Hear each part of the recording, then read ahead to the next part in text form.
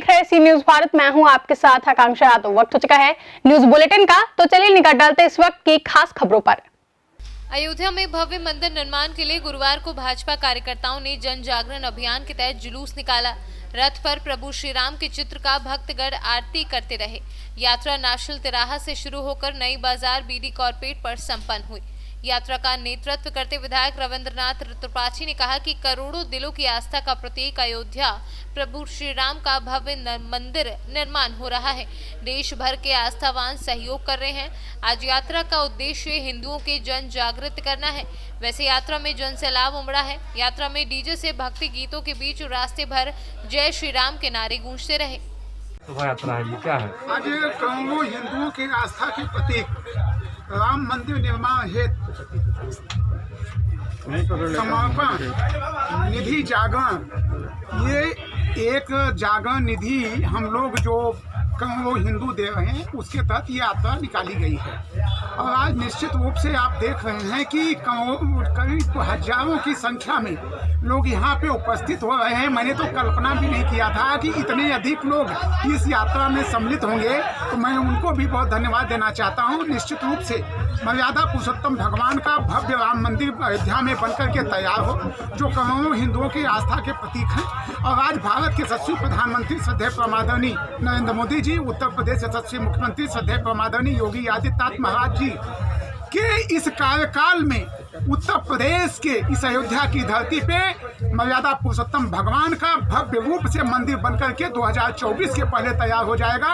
हम सभी हिंदुओं को वहां पे दर्शन करने का अवसर मिलेगा। बहुत बहुत धन्यवाद। जिस तरह से यात्रा निकाली गई है, ये माना जाए कि अगला चुनाव की भी तैयारी है। नहीं, देखिए, ये चुनाव से इससे न जोड़ें। चुनाव की बात नहीं है। करोड़ों हिंदुओं की आस्था का प्रतीक मर्यादा पुरुषोत्तम भगवान, हम अगर जरूरत पड़ेगी चुनाव क्या उनके लिए जान भी दे देंगे, अपना सर भी कटा देंगे, लेकिन चुनाव की बात आप न करें। मर्यादा पुरुषोत्तम भगवान के मान सम्मान की बात है। भदोही से सी न्यूज संवाददाता खुर्शीद खान की रिपोर्ट।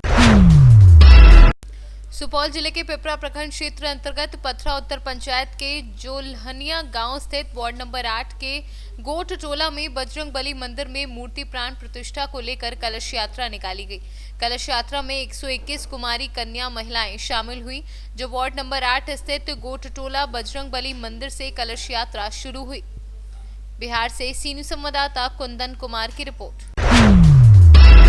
कौशाम्बी जिले के कोरोना वैक्सीकरण टीकाकरण को लेकर आज उप जिलाधिकारी सिराथू और डब्ल्यूएचओ ब्लॉक मॉनिटर और डॉक्टरों के साथ बैठक हुई। कोरोना वैक्सीन टीका लगने को लेकर बैठक हुई। सिराथू तहसील क्षेत्र में पहले आशा, आंगनवाड़ी और स्वास्थ्य टीम को लगाना है और दिव्यांग कर्मचारियों को लगाया जाएगा। उसके बाद क्षेत्र स्तर पर लगने का काम किया जाएगा।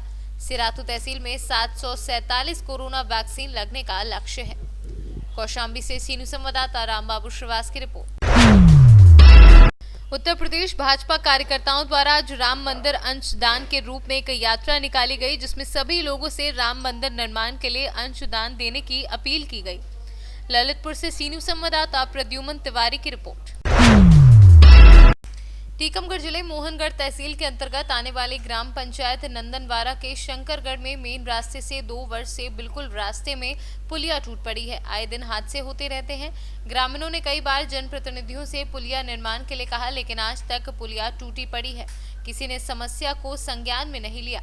शासन प्रशासन सड़क सुरक्षा को लेकर भले ही निरंतर प्रयास कर रही हो और पानी की तरह धन बहा रही हो, लेकिन कुछ भ्रष्ट जनप्रतिनिधियों एवं कर्मचारियों की वजह से सभी योजनाएं दम तोड़ती नजर आ रही हैं। ग्राम पंचायत नंदनवारा के शंकरगढ़ में आम रास्ते से लगभग 2 वर्ष से पुलिया टूटी हुई है। कोविड-19 के दौरान पंचायत के जिम्मेदार अधिकारी नरेगा के तहत कार्य मशीनों से कराकर फर्जी मास्टर डालकर पैसा कमाने में लगे हैं और ग्रामीणों की समस्याओं को नजरअंदाज किया जा रहा है। रास्ते से निकलने वाले राहगीर हमेशा हादसे के शिकार होते रहते हैं। कहाँ की हो भाई? शंकरगढ़ के।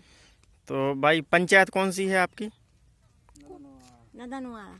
तो जदस्था टूटी डई ने जका डई आपने कही नहीं है कौन से? अच्छा, पन सुनत नहीं है, से काटी सुनत नहीं है। अब बीच में डई है और बनवाई थी, सो जब एक हो गई वो तनक मनक नाव कह दो हैं। अब कुछ सुनत नहीं है। पाएंगे डई एक पुलिया टूटी, वो जा डई रात बिरात आदमी गिरा थे, गाड़ी भाड़े से रीते पर आते कोई रोड सदरो नहीं है जो ना मुँह बीच रास्ता में है जी, रास्ता में है, और यही रास्ता है आपकी? यही रास्ता है। आदमी करा तो कितने बार से टूटी रही जा? 2 बार से तो हो ही गई। अच्छा, देवेंद्र कहाँ के हो? शंकरगढ़ के, नदनवा शंकरगढ़। अच्छा, तो आपके यहाँ जो रास्ता में ये पुलिया पूरी बिल्कुल बीच रास्ते में टूटी डली है, तो इसको लेकर आप क्या कहेंगे? क्या कहेंगे, सुधरवाना चाहेंगे, सुधर कोई सुनता नहीं है, कहते हैं तो एक यहाँ ये टूटी पड़ी हुई है, एक उस तरफ टूटी पड़ी हुई है, कई लोग गिरते हैं, कई तो बचते हैं। आपने अभी कही किसी से?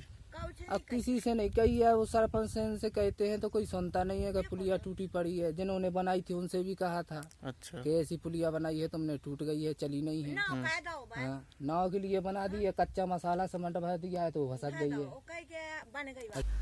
टीकमगढ़ से सी न्यूज़ संवाददाता सुंदर अहिरवार के साथ गिरीश कुमार खरे की रिपोर्ट। आजमगढ़ में आज राष्ट्रीय सड़क सुरक्षा माह अभियान 21 जनवरी से 20 फरवरी तक जन जागरूकता अभियान के तहत जनपद आजमगढ़ के नेहरू हॉल में विजय विश्वास पंत, मंडलायुक्त आजमगढ़, उप निरीक्षक सुभाष चंद्र दुबे, राजेश कुमार, जिलाधिकारी आजमगढ़, पुलिस अधीक्षक सुधीर कुमार सिंह, पुलिस अधीक्षक यातायात सुधीर जायसवाल, क्षेत्राधिकारी सदर, क्षेत्राधिकारी सिटी आदि अधिकारियों की देखरेख में आयोजित किया गया। राष्ट्रीय सड़क सुरक्षा माह जन जागरूकता अभियान के अंतर्गत ये जो रोड सेफ्टी के पॉइंट व्यू से ये कार्यक्रम आयोजित हो रहा है, इस बारे में मैं अपनी तरफ से करना चाहूँगा कि सभी बच्चे जो यहाँ पर आज जन जागरूकता अभियान के तहत जागरूकता की शपथ लिए हैं, ये सभी लोग अपने अपने घरों में, अपने समाज में, अपने परिवेश में रहने वाले सभी लोगों तक जागरूकता फैलाकर एक चेन बनाएंगे और इस चेन का उद्देश्य समाज के हर व्यक्ति को जो रोड पर चलता है उसको रोड सेफ्टी के बारे में जागरूक करना है।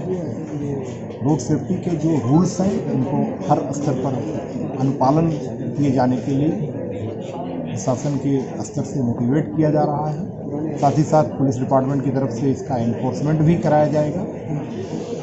जितना ज़्यादा लोग जागरूक होंगे उतना कम एनफोर्समेंट की आवश्यकता होगी। इस प्रकार के कार्यक्रम का एक बेसिक थैंक यू। आजमगढ़ से सी न्यूज़ संवाददाता सीबी भास्कर की रिपोर्ट। तिलकवाड़ा नगर में स्टेट बैंक ऑफ इंडिया की शाखा है। पूरे तिलकवाड़ा तहसील के 97 गांव के बीच सिर्फ एक ही स्टेट बैंक की शाखा है जिसमें तिलकवाड़ा तहसील के लोगों के खाते हैं, लेकिन ये बैंक में स्टाफ के अभाव के कारण ग्राहकों को भारी परेशानी का सामना करना पड़ रहा है। तिलकवाड़ा तहसील के दूर के गांव से किसान लोग ये बैंक में पैसों की लेन देन के लिए आते हैं, लेकिन बैंक में स्टाफ के अभाव के कारण ग्राहकों को भारी परेशानी का सामना करना पड़ रहा है। बैंक के ग्राहकों का कहना है कि बैंक में पिछले 1 साल से स्टाफ का अभाव है।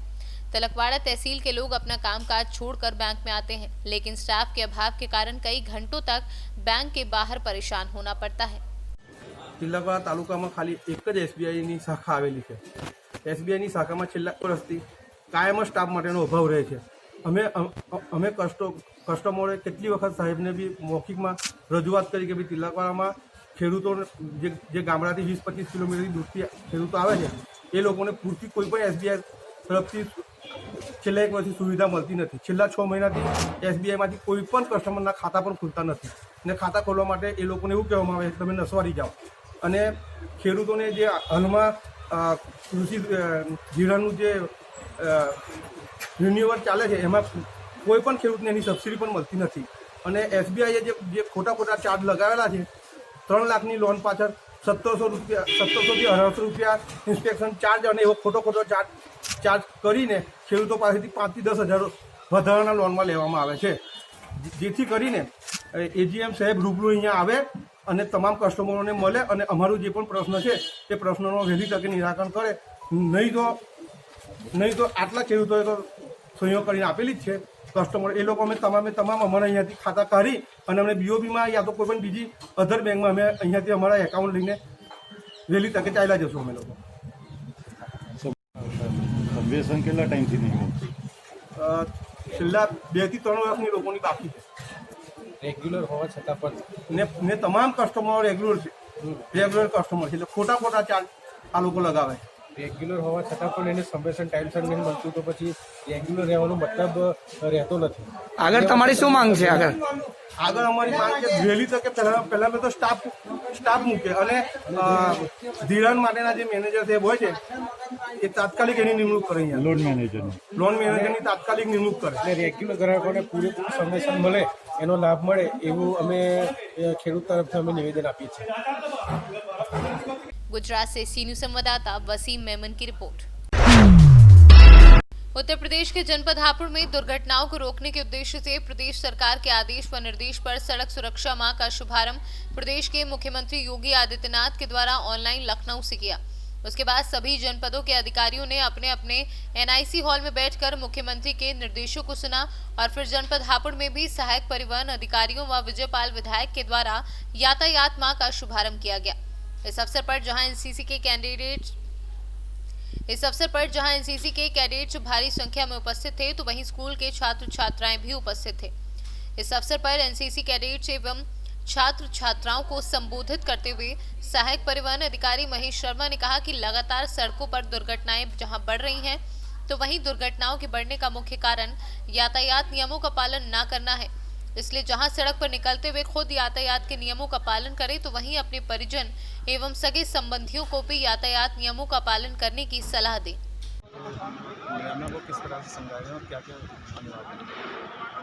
हमारे माननीय मुख्यमंत्री जी के निर्देश पर और केंद्र सरकार के निर्देश पर हमारा यातायात माह का शुभारंभ आज हुआ है और ये आज 21 जनवरी से लेकर के 20 फरवरी 2021 तक चलेगा और इसका शुभारंभ आज ऑनलाइन हमारे माननीय मुख्यमंत्री जी ने लखनऊ से किया था, जिसको सभी जनपद के अधिकारियों ने अपने अपने एनआईसी हॉल में बैठ कर के उनके निर्देशों को सुना।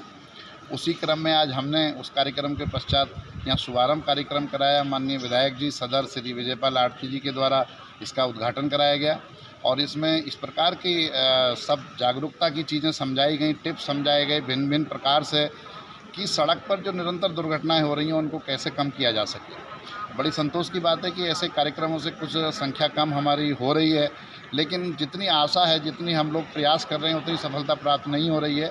माननीय मुख्यमंत्री जी इसका खुद सीधा संज्ञान लेते हैं, समीक्षा करते हैं और बहुत ही गंभीर हैं इस विषय पर कि हम दुर्घटनाओं में मारे जा रहे लोगों की जान किस तरह बचाएं। हम उसी प्रकार प्रयास करेंगे। 30 दिन भिन्न भिन्न प्रकार के कार्यक्रम भिन्न भिन्न जगहों पर करेंगे कि दुर्घटनाओं में कमी लाई जा सके। हापुड़ से सी न्यूज संवाददाता रुस्तम सिंह की रिपोर्ट।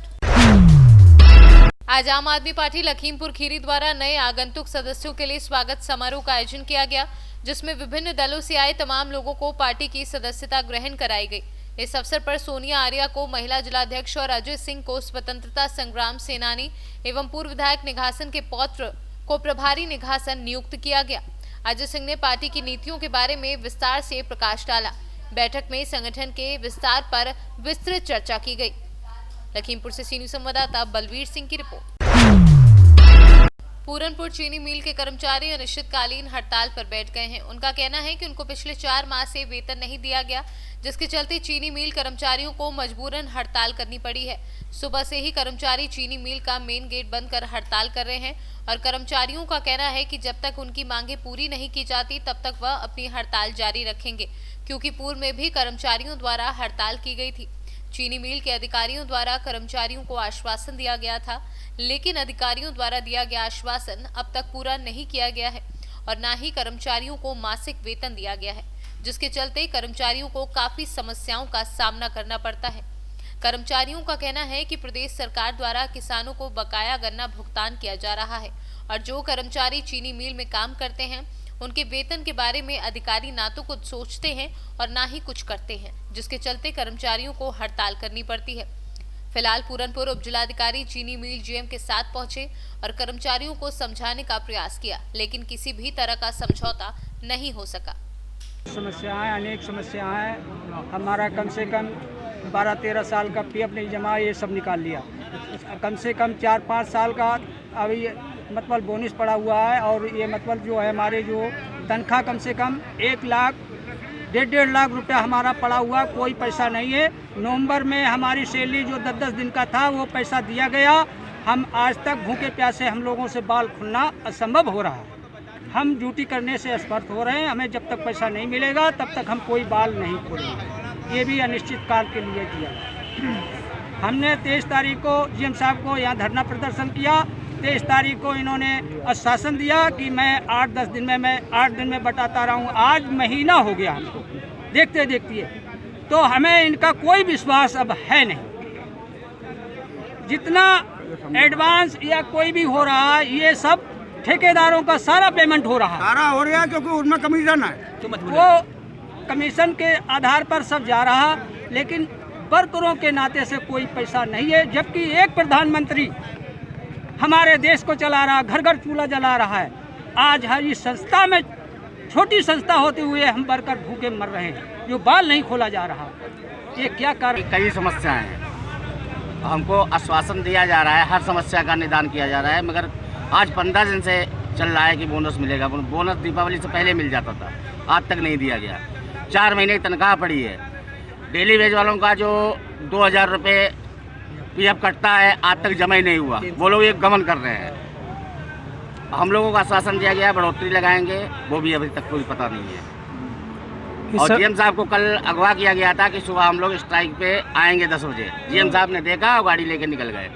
हड़ताल करना कोई शौक नहीं, एक मजबूरी है। जो आदमी को 4 महीने से तनख्वाह नहीं मिली, जो आदमी बाहर से 4-4, 6-6 दिनों से ड्यूटी कर रहा है, उसका खाने पीने का कोई साधन नहीं है। कहाँ से किराना देगा, कहाँ से दूधिया को देगा, कहाँ से बच्चों को पालेगा, कहाँ से फीस देगा। दूसरी बात यह है कि यहाँ तो वित्तीय संकट हमेशा गहराता रहा। PF हमारा 14 करोड़ जमा नहीं हुआ अभी 2010 से। ग्रेजुएट रिटायरमेंट हो जाता है, आदमी को नहीं मिलती है, हाई कोर्ट जाता है, केस करता है। जब राज्य सरकार गन्ने का पेमेंट दे सकती है तो मजदूरी की ग्रेजुएटी क्यों नहीं दे सकती? अरे संस्था नहीं दे रही तो राज्य सरकार दे, क्या इसके वोट नहीं मिलते उससे जो है? दूसरी बात यह है कि निरंतर ये घाटे में जा रही हैं। हमारे उच्च अधिकारी भी तनख्वाह अच्छी खासी पा रहे हैं, मजदूरी भी पा रहे हैं। इसकी क्यों नहीं जांच होती, कहाँ से जा रही है घाटे में? जो संस्था घाटे में चलाई जा रही है तो उसे चलाने से क्या फायदा है भाई? क्यों शासन चला रहा है इसको? जो अपने मजदूरों का पेट नहीं भर सकती, वो राष्ट्र का क्या भला करेगी? तो क्या वो जिले का भला करेगी? तीसरी बात यह है कि फैक्ट्री चलती है और बेचे कि यहाँ रिकवरी भी बहुत है कम। कई साल तो 7-7 रिकवरी आई, और गन्ने में खरीदने से और रिकवरी के देखने से बहुत बड़ा फैक्ट्री का फायदा होता है। जितने का गन्ना खरीदने उतने की हम चीनी नहीं बना पा रहे, तो ऐसी संस्था चलने से फायदा क्या है? और मेन चीज़ ये पैसे का बहुत बड़ा संकट है। ग्रेजुएटी मिलनी है लोगों को, सन 17 से ओवर टाइम नहीं मिला, नो रिलीवर का, और उसके बावजूद जो है जो लोन ले लिया जाता है पैसा का, उससे जो है PF है वो भी जमा नहीं होता। कहाँ चला जाता है अभी? PF आप काट रहे हो तनख्वाह के साथ, वो कहाँ जा रहे हैं अभी? तो ये सारी समस्याएं शासन इसको देखे और समस्याओं को समाधान करे। फैक्ट्री हम तो रोटी रोजी है हमारी, क्यों बंद करेंगे इसको भाई? हम तो बच्चे पालने आए, जो बंद करने थोड़ी आए। पीलीभीत से सी न्यूज़ संवाददाता हैदर खान की रिपोर्ट। फिलहाल के लिए न्यूज बुलेटिन में बस इतना ही। देश और दुनिया की तमाम बड़ी खबरों के लिए जुड़े रहे सी न्यूज भारत के साथ।